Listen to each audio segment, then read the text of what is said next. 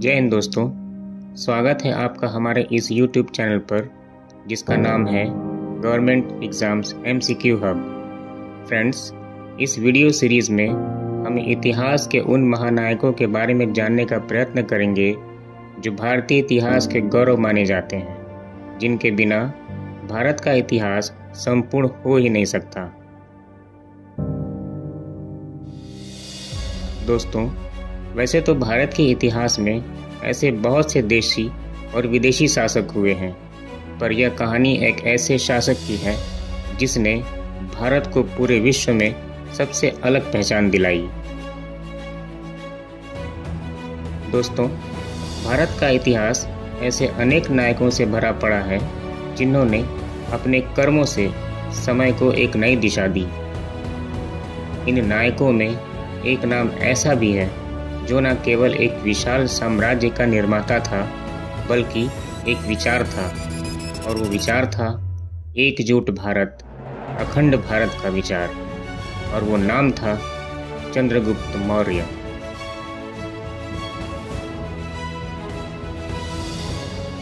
चंद्रगुप्त का जन्म लगभग 340 ईसा पूर्व मगध के एक छोटे से गांव में हुआ था। वही मगध जो आज बिहार के नाम से जाना जाता है। उस समय चंद्रगुप्त का परिवार बहुत गरीब था। वह मौर्य कुल का था। उसके बचपन में ही पिता का देहांत हो गया और माँ बहुत ही कठिन परिस्थितियों में चंद्रगुप्त का पालन पोषण किया।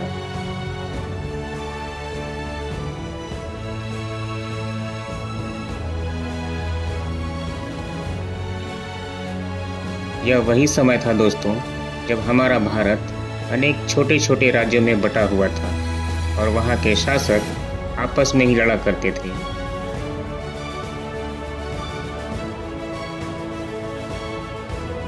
इसी समय मगध में नंद वंश का शासन था, जो अति विशाल, समृद्ध, परंतु जनता पर अत्याचार करने वाला शासक, एक क्रूर शासक जिसका नाम था घनानंद।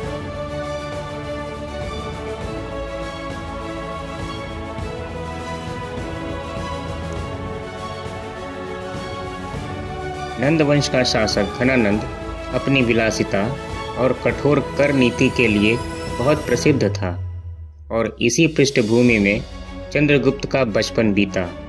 एक ऐसा बालक जो गरीबी में पला बढ़ा, लेकिन उसके हृदय में भारत को एक करने का सपना था, जो भारत इस समय टुकड़ों में बिखरा हुआ था।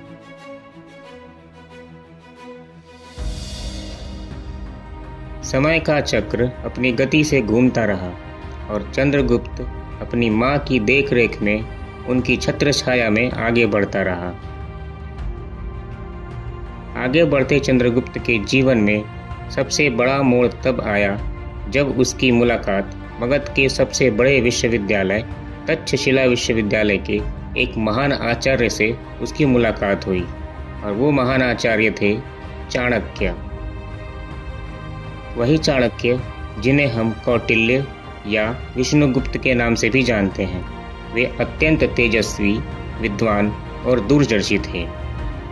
ऐसा कहा जाता है कि जब राजा घनानंद ने भरी सभा में चाणक्य का आह्वान किया तो चाणक्य ने एक प्रतिज्ञा ली कि जब तक नंदवंश का अंत नहीं करूंगा तब तक मैं अपने बाल नहीं बांधूंगा। यह कहकर सभा से चले जाते हैं। उसी समय रास्ते में उनकी नज़र एक ऐसे युवक पर पड़ी जो निडर, साहसी और बहुत बुद्धिमान था, और वह युवक था चंद्रगुप्त। चाणक्य ने उसी क्षण पहचान लिया कि यह वही बालक है जो भारत के इतिहास को बदल सकता है। उसी क्षण चाणक्य ने चंद्रगुप्त से तक्षशिला चलने को कहा और चंद्रगुप्त चाणक्य के साथ तक्षशिला आ गया। चाणक्य ने चंद्रगुप्त को अपने संरक्षण में लिया और तक्षशिला में उसे राजनीति, युद्ध कला, प्रशासन और कूटनीति की शिक्षा दी। चाणक्य ने चंद्रगुप्त को सिखाया कि राज्य की शक्ति केवल सेना में नहीं बल्कि जनता के विश्वास में होती है। समय बीतता रहा और चंद्रगुप्त तक्षशिला में चाणक्य के संरक्षण में प्रशिक्षण प्राप्त करता रहा। वर्षों तक चले इस प्रशिक्षण के बाद चंद्रगुप्त ने भारतीय भूभाग को एक करने का संकल्प लिया। चंद्रगुप्त की दृष्टि स्पष्ट थी, भारत पर विदेशी आक्रमणों को रोकना और आंतरिक अराजकता से मुक्त कराना। समय आने पर चाणक्य और चंद्रगुप्त ने मिलकर मगध के सम्राट नंद वंश के राजा घनानंद के विरुद्ध अभियान आरंभ किया। यह संघर्ष इतना आसान नहीं था जितना उन्होंने सोचा था। नतीजा, पहले प्रयास में चंद्रगुप्त असफल हो जाता है। लेकिन आचार्य चाणक्य ने चंद्रगुप्त को हिम्मत देते हुए कहा, अपनी विफलता को सीख में बदलो, रणनीति को और सटीक बनाओ। इस तरह से नई रणनीति बनाते हुए उन्होंने पहले उत्तर पश्चिम के छोटे राज्यों को संगठित किया। सभी राजाओं, व्यापारियों और किसानों को सबको साथ लेकर एक जन आंदोलन तैयार किया। इससे नंद वंश की शक्ति धीरे धीरे कमजोर होती गई। निरंतर प्रयास से आखिरकार कई वर्षों के संघर्ष के बाद 321 ईसा पूर्व में घनानंद का अंत हुआ और उसके साथ ही नंद वंश का भी अंत हो जाता है और चंद्रगुप्त को मगध के सिंहासन पर बिठाया जाता है। इसी के साथ मगध में नए वंश का उदय होता है जिसे हम कहते हैं मौर्य वंश। यहीं से आरंभ होता है मौर्य वंश का साम्राज्य, भारत के इतिहास का सबसे स्वर्णिम अध्याय। मगध के सिंहासन पर बैठते ही चंद्रगुप्त ने पूरे राज्य की व्यवस्था को सुधारना शुरू किया। उसने प्रशासनिक ढांचे को मजबूत किया, कर प्रणाली को न्यायपूर्ण बनाया और सेना को संगठित किया। चंद्रगुप्त ने शासन व्यवस्था इतनी बेहतर और मजबूत बनाई थी कि कहा जाता है रात में कोई भी स्त्री कहीं भी इसके राज्य में यात्रा कर सकती थी, वो भी बिना किसी भय के। इसी समय चाणक्य ने अपनी प्रसिद्ध पुस्तक अर्थशास्त्र लिखी थी, जिसमें चाणक्य ने शासन, अर्थव्यवस्था, गुप्तचर व्यवस्था और युद्ध नीति के महत्वपूर्ण सिद्धांत बताए हैं, जिसको आज के परिवेश में भी कहीं न कहीं अपनाया जाता है। आज के आधुनिक राजनीति और अर्थशास्त्र में इस ग्रंथ को आधारशिला माना जाता है। नंद वंश के पतन के बाद भारत की उत्तर पश्चिमी सीमा पर एक यूनानी सेनापति ने आक्रमण किया। वह यूनानी सेनापति था सेल्यूकस निकेटर। सेल्यूकस निकेटर महान सम्राट सिकंदर का उत्तराधिकारी था। यूनानी सेना और चंद्रगुप्त मौर्य की सेना के बीच घमासान युद्ध हुआ। चंद्रगुप्त ने यूनानी सेना का डटकर सामना किया।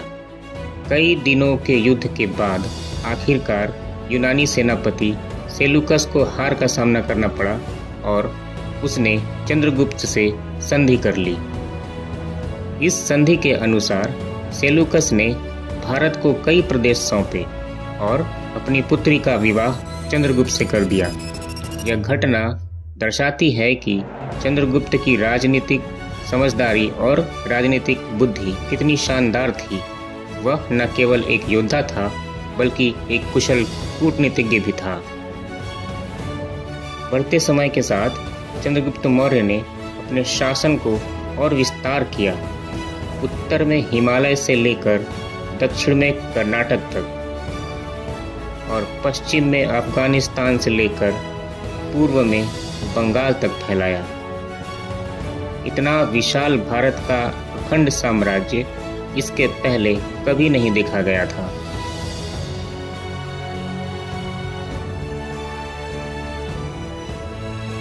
चंद्रगुप्त के शासनकाल में कृषि, व्यापार, सिंचाई, सड़क और विदेशी संबंधों का जबरदस्त विकास हुआ। जनता समृद्ध और सुरक्षित थी।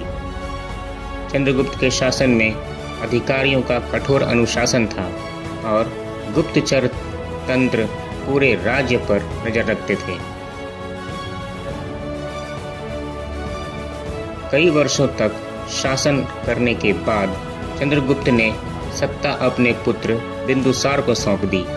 राजपाट छोड़ने के बाद चंद्रगुप्त आध्यात्मिक पथ पर चल पड़े।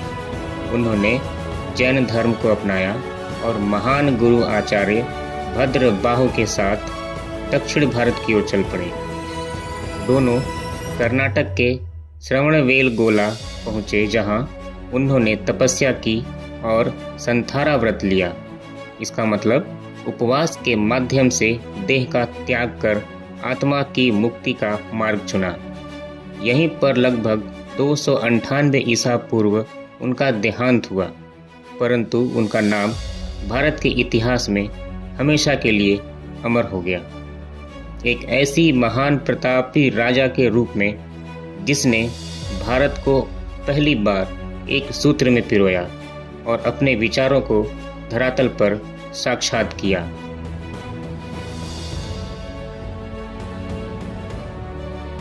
दोस्तों, चंद्रगुप्त की विरासत केवल उसका साम्राज्य ही नहीं था, बल्कि उसकी दृष्टि थी एक सशक्त, एकजुट और आत्मनिर्भर भारत की।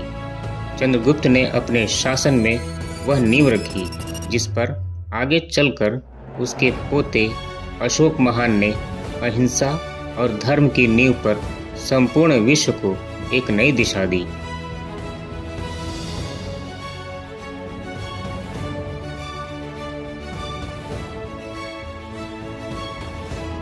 फ्रेंड्स, चंद्रगुप्त का जीवन हमें यह सिखाता है कि गरीबी और सीमाएं किसी व्यक्ति की नियति तय नहीं करती। साहस, संकल्प और सही मार्गदर्शन से कोई भी असंभव कार्य संभव हो सकता है। आज भी जब हम भारत की एकता, प्रशासनिक कौशल या राष्ट्र निर्माण की बात करते हैं तो कहीं ना कहीं मौर्य काल की झलक अवश्य देखने को मिलती है। चंद्रगुप्त का जीवन हमें यह बताता है कि इतिहास केवल राजाओं की गाथा ही नहीं, बल्कि उन सपनों की कहानी है जो किसी साधारण इंसान के दिल से शुरू होती है और पूरे राष्ट्र का भविष्य बदल देती है।